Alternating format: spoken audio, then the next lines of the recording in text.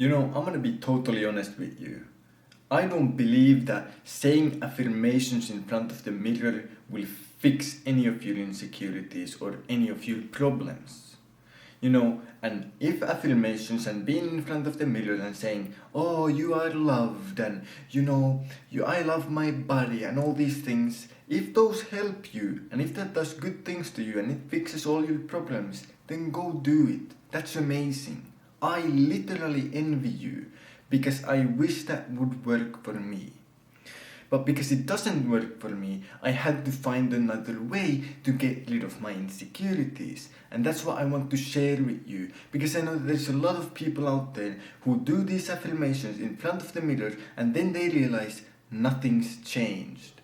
And so this is the advice that you don't want to hear, but you need to hear if you actually want to change your life. And yes, change is hard. But hard things are still possible, so just do them. And so to begin, let me explain the situation that I was in. So, due to my childhood, I felt like I could never be loved. That's a pretty bad situation to be in.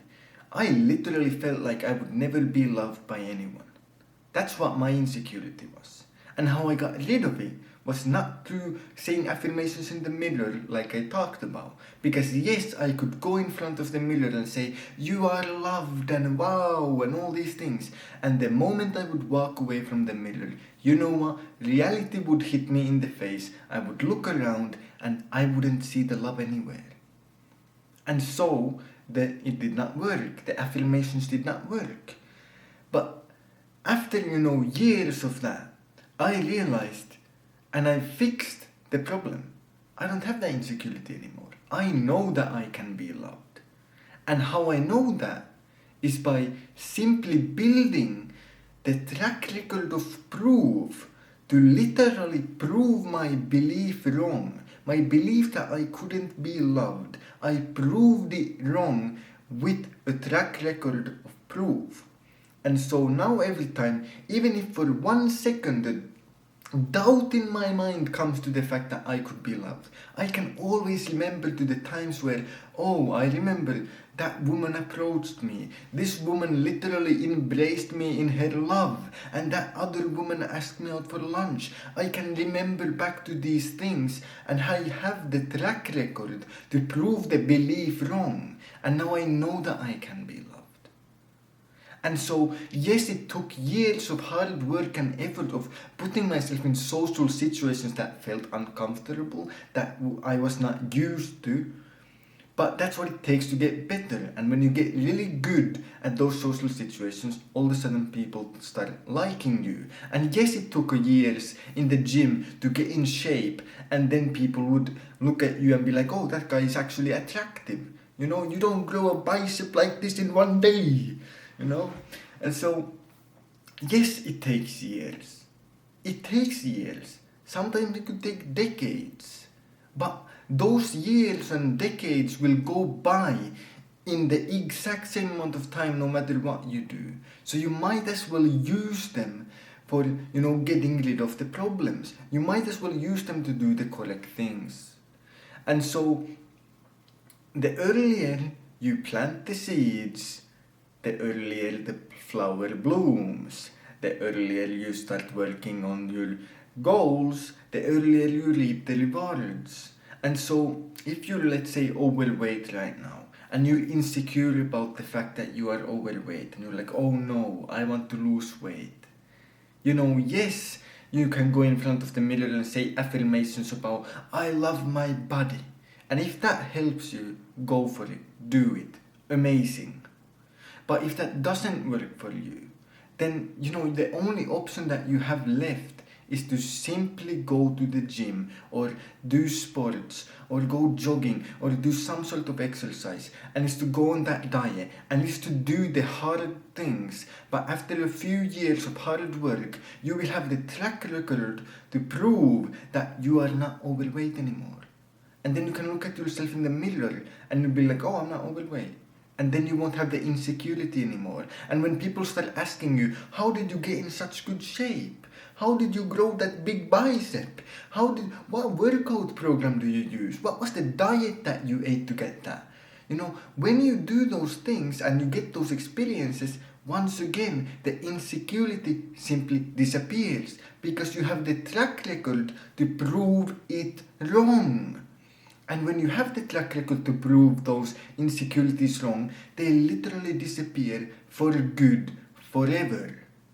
And if they even for a second pop their head back in, you can always remember back to all the proof and all the evidence that you have to prove them wrong. And that's the great part, is that you can get rid of these insecurities and you can change your life. But it takes action, and action is hard. And the scariest and the worst part is the moment you start doing the correct things, people will start insulting you and mocking you and calling you names. And I can say this from experience. The moment you get on that diet, people will be, oh, how long will this one last? The moment you say, I'll sacrifice drinking and I'll sacrifice eating fast food and all this, and people will start questioning, why you think you're better than us? You will get those comments, but you simply have to deal with them. And I remember one time I approached a woman and I got called a player by this one friend. Think about that.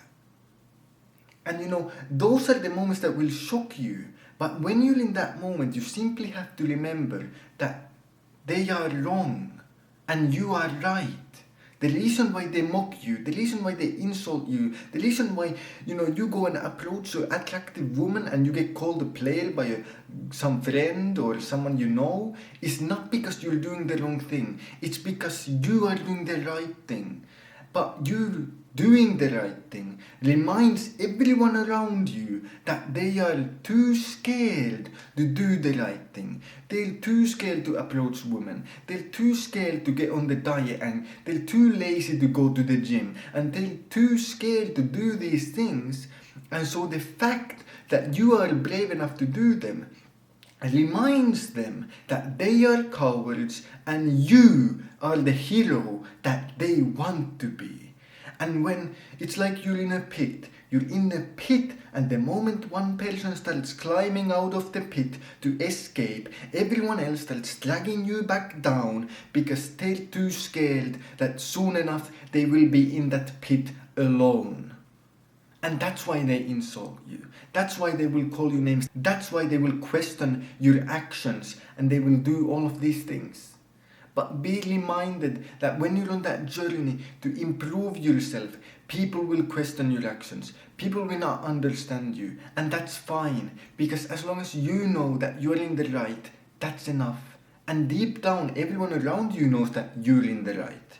Because you are correct by every metric that you can measure. Because you're gonna get in better shape by being on the diet and going to the gym than they are. But once again, they're in the wrong, and that scares them, and that's why they mock you. And the biggest waste of time that you can do is trying to defend your actions and explain all the things that you're doing to people who simply refuse to understand. And so don't waste time with that.